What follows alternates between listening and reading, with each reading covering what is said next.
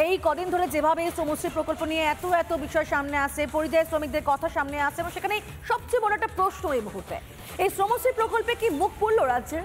পরিযায়ী শ্রমিকরা রাজ্যে ফিরতে নারাজ, ভিন রাজ্য থেকেই তারা কটাক্ষ পর্যন্ত করছে, বুঝিয়ে দিচ্ছেন শ্রমশ্রীর মাধ্যমে হতশ্রী রাজ্যের হাল ফিরবে না।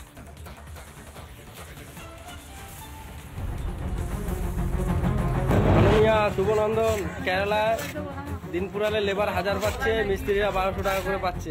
5000 টাকার জন্য কি যারা পরিযায়ী শ্রমিক তারা কি বাড়ি যাবে? 5000 টাকার জন্য কেউ রাজ্যে ফিরবে না, সাফ জানাচ্ছেন পরিযায়ী শ্রমিকরা। ভিন রাজ্যে বাঙালিরা ভালোই আছেন, কিন্তু তাদের হেনস্থা করা হচ্ছে বলে দাবি করেছিল তৃণমূল।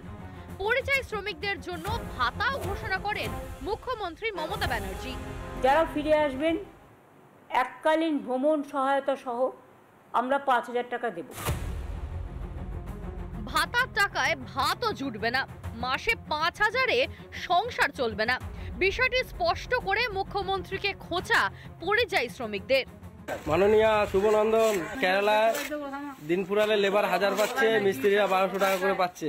যে 5000 টাকা করে দেবেন বলছেন, এই যুব সমাজটাকে কি বেকার করার চিন্তা ভাবনা নিচ্ছেন? দিনে 1000 বনাম মাসে 5000, পার্থক্যটা কি মাননীয়া বোঝেন? 5000 টাকার জন্য কি যারা পরিযায়ী শ্রমিক তারা কি বাড়ি যাবে? একদিনে 1000 টাকা ইনকাম করে, তো সে আপনি কি যাবেন 5000 জন্য বাড়ি? 5000-এর জন্য যেতে 2000 টাকা খরচা, আসতে 2000 টাকা খরচা, যেতে 2000, আসতে 2000, 4000 হয়ে গেল, প্লাস খাওয়া দাওয়া আছে প্রায় 1000 টাকা। বাড়ি যেতে আসতে প্রায় 6000 টাকা খরচা, তো কোনো পরিযায়ী শ্রমিক তারা কিন্তু বাড়ি যাবে না। গত সোমবার শ্রমশ্রী প্রকল্পের কথা ঘোষণা করেন মুখ্যমন্ত্রী। পরের দিনই এই নিয়ে প্রশ্ন তোলেন সেই রাজস্থানের পরিযায়ী শ্রমিক। মাননীয়া শুভনন্দন, পরিযায়ী শ্রমিক বলছিলাম, তো আপনি শুনলাম আপনার 5000 টাকার ব্যাপারটা। আপনার ইলেকশনটা হচ্ছে ফেব্রুয়ারি মার্চ মাসে, তারপরে ভগবান না করুক আপনি যদি না থাকেন পরে, তাহলে কে দিবে? 5000 টাকার জন্য কেউ আসবে না, যেটা মুখ্যমন্ত্রীর পরিকল্পনা। এইভাবে ঘুরপথে তৃণমূল সরকারি টাকাটাকে তৃণমূলের কর্মীদের হাতে পৌঁছে দেওয়ার পরিকল্পনা করছে, আর কিচ্ছু না।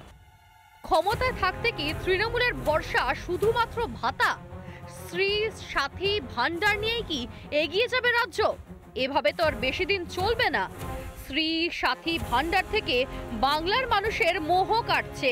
ভাতা নয়, কাজ চাই, কাজের উপযুক্ত পরিবেশ চাই। তৃণমূল জমানায় সেটা কি আদৌ সম্ভব? রিপাবলিক বাংলা।